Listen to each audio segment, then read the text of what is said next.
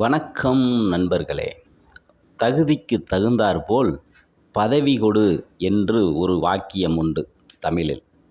அந்த வாக்கியத்திற்கான பொருத்தமான ஒரு கதை உள்ளது. ஏனென்றால் தவறான மனிதர்களிடம் பெரிய பதவிகள் சென்றுவிட்டால் அதன் முக்கியத்துவம் அறியாமல் ஒழித்து கட்டிவிடுவார்கள்.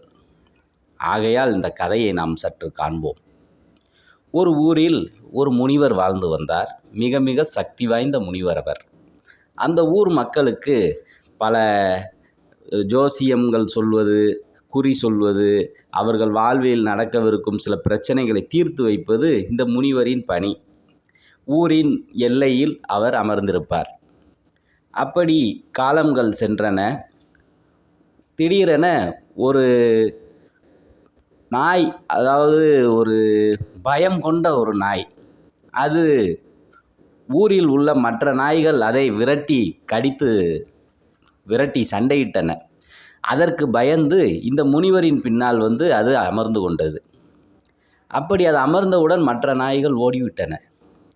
அப்போது அந்த நாய் அறிந்து கொண்டது, இவரிடம் ஒரு சக்தி உள்ளது, நம்மை தாக்க வரும் எதிரிகள் பயம் கொள்கின்றனர் என்று எண்ணி அங்கே அது தஞ்சமடைந்து விட்டது. இப்படியே அதன் வாழ்க்கை சென்று கொண்டிருந்தது. ஒரு நாள் அந்த வழியில் ஒரு பெரிய ஓநாய் வந்தது.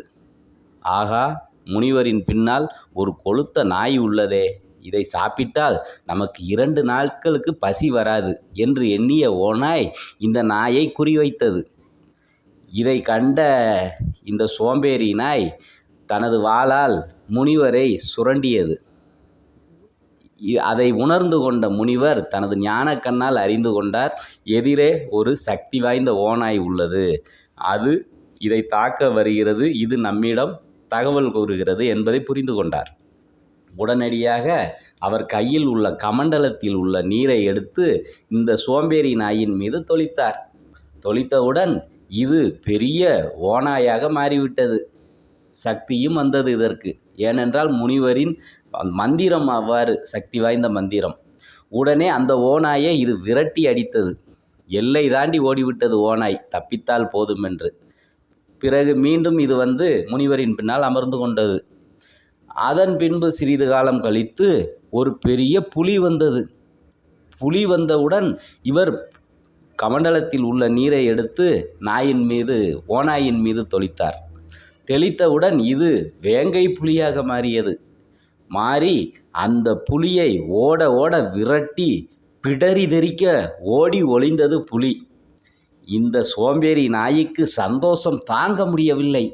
ஆகா, நம்மை புலியாக மாற்றிவிட்டாரே முனிவர், இனி நாம் தான் ராஜா இந்த ஊருக்கும் சரி காட்டிற்கும் சரி என்று நினைத்த புலி முனிவரின் பின்னால் அமர்ந்து யோசித்தது, அடுத்த முறை இதைவிட சக்தி வாய்ந்த எந்த ஒரு விலங்கும் இல்லையே, அப்படியானால் அந்த எதிர்த்து வந்த புலியும் ஓடிவிட்டது, இனி நாம் தான் ராஜா. ஆனால் வேறு எதற்காகவாது நம்மை மீண்டும் நாயாக மாற்றி விடுவாரோ முனிவர் என்று யோசித்தது புலி. அப்போது அந்த விஷயத்தை முனிவர் அறியாமல் இருப்பாரா? முனிவர் ஞான திருஷ்டி மூலம் அறிந்து கொண்டார். ஆகா, இந்த புலி இவ்வாறு யோசிக்கிறதே, இது சோம்பேறி நாயாக இருக்கும்போது நம்மிடம் தஞ்சமடைந்தது, இப்போது சக்தி வாய்ந்த புலியாக மாறியவுடன் அதை தக்க வைத்து கொள்ள வேண்டும் என்று நினைத்து முனிவரை அடித்து சாப்பிட யோசிக்கின்றது இந்த புலி. இதை அறிந்து கொண்ட முனிவர் உடனடியாக தனது கமண்டலத்தில் இருந்த நீரை தெளித்து இதை மீண்டும் சோம்பேறி நாயாகவே மாற்றிவிட்டார். பாருங்கள், ஒரு பதவி என்பது தகுந்த மனிதர்களுக்கு கிடைத்தால் அது முறையாக பயன்படும்.